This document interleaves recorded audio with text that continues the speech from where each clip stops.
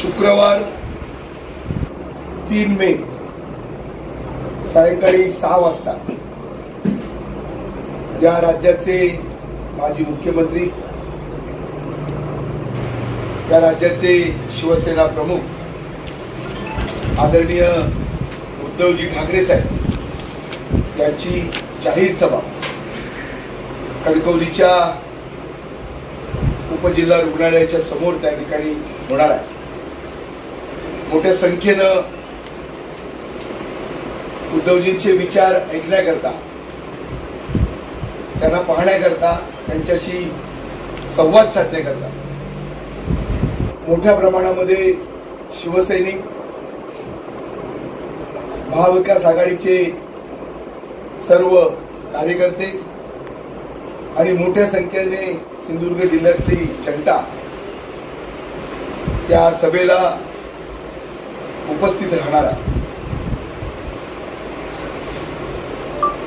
7 मेला या मतदारसंघातलं मतदान होणार आहे आणि जी संपूर्ण या महाराष्ट्रामध्ये इंडिया आघाडी, महाविकास आघाडी, शिवसेनेची जो एक झंझावत आहे, हा झंझावत या निमित्तानं या ठिकाणी आपल्याला पाहायला मिळणार आहे। खरं तर या सिंधुदुर्ग जिल्ह्यातनं शिवसेना महाविकास आघाडी म्हणून जवळजवळ 1 लाखाचं मतधिक्य हे या सिंधुदुर्ग जिल्ह्यातनं या निवडणुकीमध्ये खासदार विनायक राऊत या निमित्ताने घेणार आहे।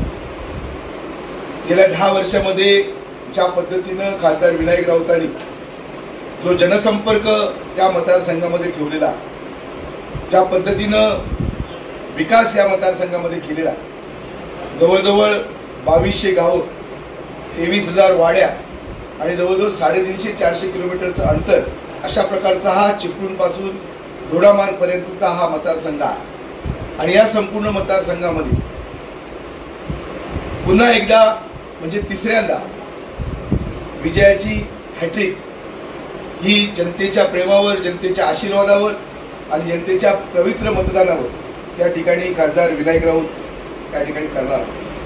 खरं तर जे विरोधी उमेदवार आहेत, नारायण राणे यांचा जनाधार हा मागेच त्या ठिकाणी संपुष्टात आलेला, कधीच त्या ठिकाणी संपलेला आणि म्हणूनच त्यावेळी त्यांना पक्ष बदल करावा लागला आणि त्यांना राज्यसभेची खासदारकी ही भारतीय जनता पार्टीने दिली। सर्वात पहिला पराभव हा जो का आहे, हा कुडाळ मालवणमध्ये आपले लाडके तरुण आमदार वैभव नाईक यांनी जवळजवळ 10,000च्या मतधिक्यानं तिथल्या मतदारसंघातल्या मतदारांनी, जनतेनं त्यांचा पराभव केला। हा त्यांचा पहिला पराभव होता। दुसरा पराभव बांद्र्याच्या पोटनिवडणुकीमध्ये सावंत म्हणून त्या ठिकाणी उमेदवार होत्या, महिला उमेदवार होत्या, त्यांनी सुद्धा बांद्र्याच्या पोटनिवडणुकीमध्ये त्या ठिकाणी त्यांचा पराभव केलेला आहे। आणि आता हा तिसऱ्या पराभवासाठी त्या ठिकाणी हा जो काय राजापूर, रत्नागिरी, सिंधुदुर्ग लोकसभा मतदारसंघ आहे, या लोकसभेच्या या निवडणुकीमध्ये त्या ठिकाणी राणे हे त्यांच्याकडे पुन्हा त्या ठिकाणी पराभूत होणार आहे। म्हणजे अबकी बार नारायण राणे पराभूत होणार, अशा प्रकारचं त्या ठिकाणी चित्र आहे। खरं तर या संपूर्ण मतदारसंघामध्ये मगाशीच मी म्हणाल की राणेशाही संपली आणि कुठेतरी सामंतशाही त्या ठिकाणी येणार होती, उदयास येणार होती। पण सामंतशाही आल्यानंतर पुन्हा राणेंचं राजकीय अस्तित्व संपुष्टात येणार, म्हणून त्या ठिकाणी त्यांनी सामंतशाहीला विरोध केला आणि त्या ठिकाणी ते स्वतः पुन्हा राणेशाही आणण्याचा त्यांचा प्रयत्न आहे. पण इथली जिल्ह्यातली जनता ही त्या ठिकाणी सुज्ञ आहे. आणि खरं तर कोकण ही परशुरामाची शापित भूमी आहे. त्या भूमीमध्ये आपण पाहिलं की नियती किंवा येणारा काळ आहे, हा काळ या सगळ्या गोष्टीचा सूड आणि बदला त्या ठिकाणी घेत असतं.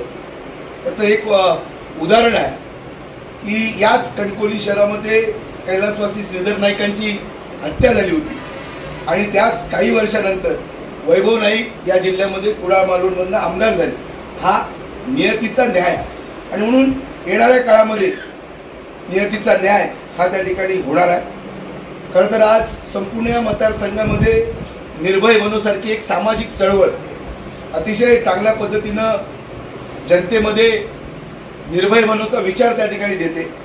दुसरीकडे या मतदारसंघामध्ये मागच्या लोकसभेच्या निवडणुकीमध्ये नवीनचंद्र बांदिवडेकर हे त्या ठिकाणी उमेदवार उभे होते आणि जवळजवळ 65,000ची मतं ही काँग्रेस पक्षाने त्यावेळी त्या ठिकाणी घेतलेली होती आणि काँग्रेस पक्षाचा सुद्धा पाठिंबा हा या निवडणुकीमध्ये त्या ठिकाणी शिवसेनेला आहे, महाविकास आघाडीला आहे. शरद पवारांच्या नेतृत्वाखाली राष्ट्रवादी काँग्रेस त्या ठिकाणी आपल्या शिवसेनेबरोबर महाविकास आघाडीबरोबर आहे.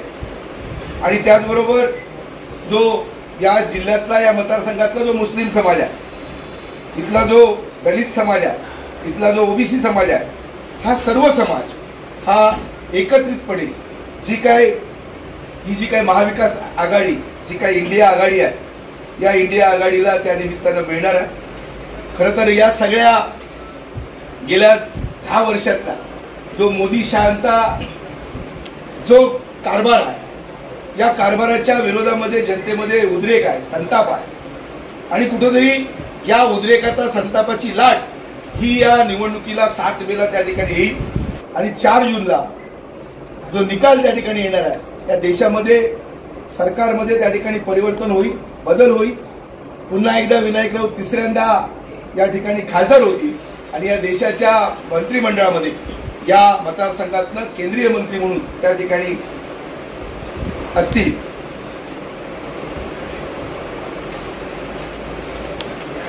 खरं तर गेल्या या सगळ्या निवडणुकीच्या प्रचार काळामध्ये अनेक बैठका या कार्यकर्त्यांच्या झाल्या, खळा बैठका झाल्या, जिल्हा परिषद विभागनिहाय प्रत्येक मतदारसंघामध्ये खासदार साहेबांच्या ह्या जाहीर सभा झाल्या. खरं तर मोठ्या प्रमाणामध्ये उत्स्फूर्त असा प्रतिसाद या सगळ्या सभांना त्या ठिकाणी मिळालेला आहे आणि जनतेमध्ये एक शिवसेनामय, एक महाविकास आघाडीमय अशा प्रकारचं वातावरण निर्माण झालेलं आहे.